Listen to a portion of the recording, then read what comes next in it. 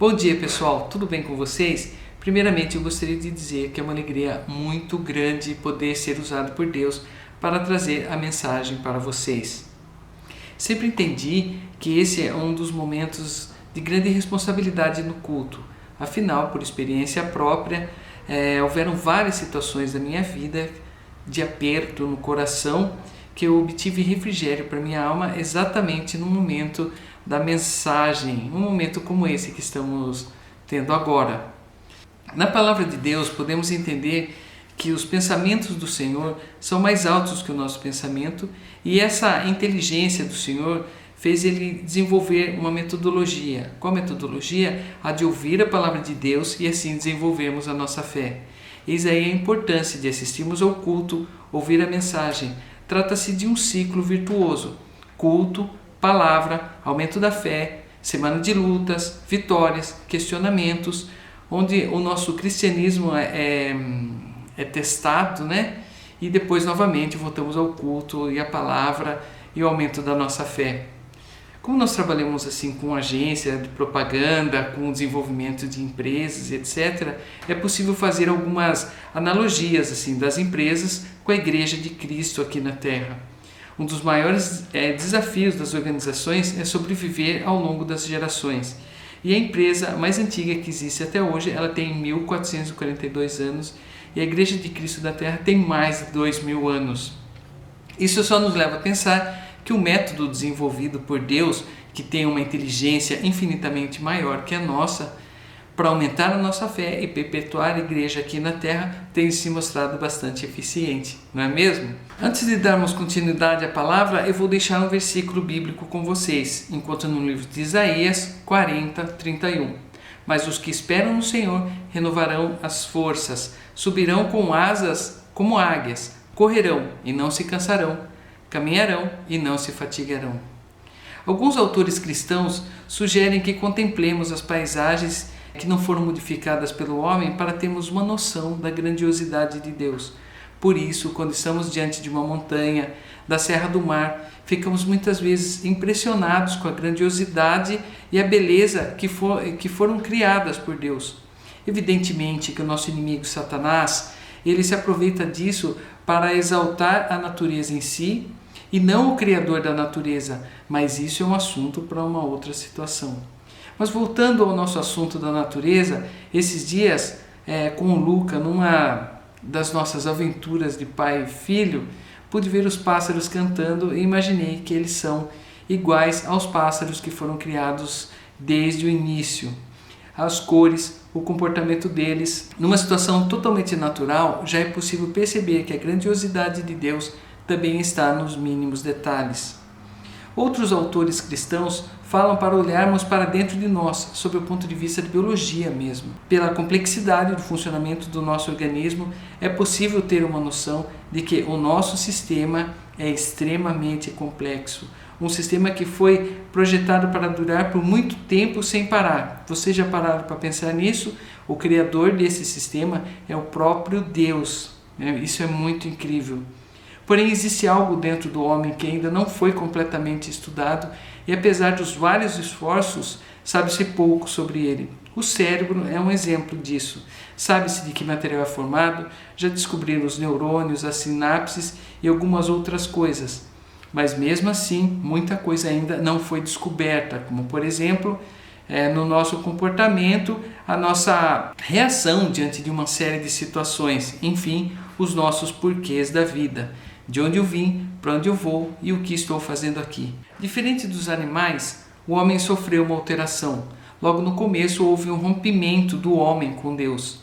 A partir daí, o homem passou a cair em várias conversas. Acabou sofrendo várias influências e aquele homem básico criado por Deus já não é mais o mesmo. Mais uma vez, Satanás foi responsável pela adulteração do homem básico e se aproveita dessa situação, dando ao homem respostas erradas a questionamentos que eu lhes falei. De onde eu vim, para onde eu vou e o que estou fazendo aqui. Em alguns casos, nem é oferecido ao homem uma resposta errada, simplesmente é oferecido ao homem momentos para não se pensar nessas questões, uma maneira de tapar o sol com a peneira. Festas, carreira, idolatria, drogas, narcisismo, egoísmo, paixões desenfreadas, falsas religiões, ideologias, viagens, compras, enfim, tudo para vivermos sem pensar naqueles questionamentos. Quando chegamos numa situação como essa, em que estamos vivendo agora com o vírus chinês, de uma hora para outra muitas pessoas ficaram com medo de morrer e aqueles questionamentos voltaram à tona, principalmente porque algumas situações usadas para não questionarmos nos foram tiradas, compras, passeios, festas e etc. Esse tipo de situação já foi vivido em outros tempos de outras maneiras, como por exemplo nas guerras mundiais, crises econômicas, perseguições aos cristãos e etc. Geralmente, há situações que fogem ao nosso controle e que faz com que questionemos a vida. E nesse momento as igrejas lotam. E quando as situações são resolvidas, as igrejas cristãs elas são esvaziadas. Eu gostaria nesse momento de falar com você que tem perseverado em buscar a Deus respostas para os seus questionamentos da vida, principalmente nesse momento que estamos passando. Primeiramente, não se sinta culpado por estar com medo. Grandes nomes citados na Bíblia passaram por situações de medo e pasme. No caso de Jacó, ele teve medo inclusive do próprio irmão. Moisés, que esteve frente a frente com Deus por 40 dias, não teve fé e feriu a pedra. A falta de fé também é um tipo de um pequeno medo. Pedro pediu para andar sobre as águas com Jesus. Ao sentir o vento ficou com medo e precisou ser salvo. Sem contar que quando os outros discípulos viram Jesus andando sobre as águas, eles acharam que era um fantasma e acabaram ficando com medo também. Nessa época existiam muitas falácias sobre fantasmas e monstros que afetavam até mesmo os judeus. É um exemplo de que a cultura acaba trazendo uma certa influência na vida dos servos de Deus e se você não estiver atento, acaba caindo em certas falácias. As situações de medo na nossa vida são muitas e se os heróis citados na Bíblia tiveram medo, por que nós, réis mortais, não teríamos? Podemos também encontrar várias passagens com esses mesmos personagens citados em que eles tiveram bastante coragem. No caso de Jacó, ele foi corajoso ao lutar com um anjo. Moisés participou de grandes batalhas. Pedro foi perseverante na pregação do Evangelho a ponto de ser martirizado por causa da palavra de Deus e foi firme até o final, sem se deixar levar pelas ameaças, não é mesmo? E hoje, graças a esse trabalho, estamos falando desse assunto, Jesus Cristo. Pedro fez bastante por nós em momentos de coragem. Talvez o nosso questionamento nesse momento, nos dias de hoje, seja: por que Deus deixou chegar ao ponto em que chegou? Na palavra de Deus houveram várias situações onde o povo de Deus foi quase que completamente dizimado. O momento que estamos vivendo nem se compara ao cativeiro da Babilônia, por exemplo. Mesmo assim, Deus foi fiel à sua promessa e da descendência dos que voltaram da Babilônia, nós hoje em 2020 estamos recebendo a salvação em Cristo. Só lembrando que Jesus Cristo foi gerado em Deus. Cristo é diferente do homem que foi criado. Cristo é o próprio Deus que esteve na terra. Essa vinda, além de todas as mudanças que houveram no reino espiritual, nos proporciona também uma mudança nas nossas vidas e nos nossos questionamentos e na nossa forma de pensar. Em outras palavras, Jesus Cristo tem o DNA de Deus, assim como os filhos são gerados pelos pais e muitas vezes identificamos trejeitos dos pais no filho. Com Jesus Cristo foi a mesma coisa. Imaginem só uma pessoa aqui na terra com trejeitos de Deus, o próprio Deus. Isso é muito incrível. Confiar é preciso.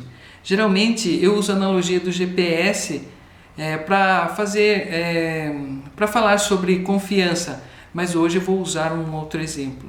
Quando alguém salta de paraquedas, no início, no nível básico, ele salta junto com o instrutor.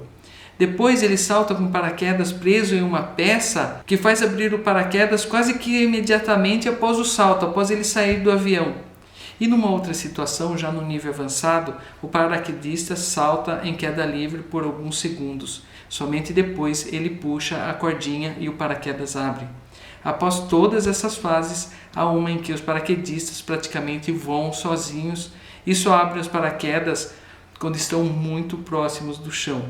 Note que em todas as situações ele confia no sistema.